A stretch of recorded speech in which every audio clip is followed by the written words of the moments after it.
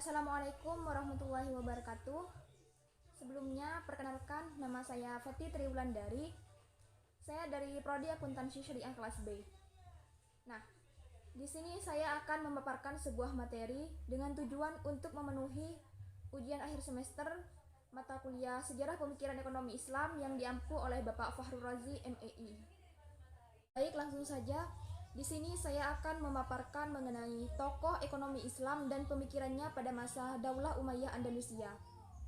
Salah satu tokoh pada masa Daulah Umayyah Andalusia yaitu Ibnu Khaldun.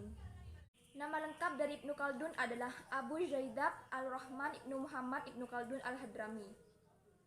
Secara umum, pemikiran Ibnu Khaldun cenderung rasional, yang selalu ditunjang oleh bukti-bukti autentik. Apa yang terjadi pada zamannya tidak selalu dijelaskannya sebagai kehendak Allah. Menurut Ibnu Khaldun, pada berbagai peristiwa yang terjadi itu berlaku hukum kausalitas. Sebab alam semesta itu telah diatur oleh sistem yang akurat, di mana berlaku hukum sebab dan akibat. Sehubungan dengan itu, pemikiran ekonomi yang ditawarkan oleh Ibnu Khaldun juga cenderung rasional.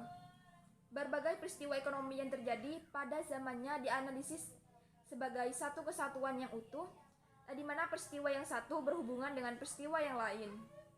Teori pembangunan ekonomi menurut Ibnu Khaldun. Ibnu Khaldun memiliki teori yang luar biasa tentang siklus sosial politik ekonomi. Dia mulai teorinya terlebih dahulu menjelaskan bagaimana meningkatkan hasil produktivitas dari spesialisasi, pembagian kerja, dan pertukaran. Ibnu Khaldun menguraikan teori ini sebagai berikut.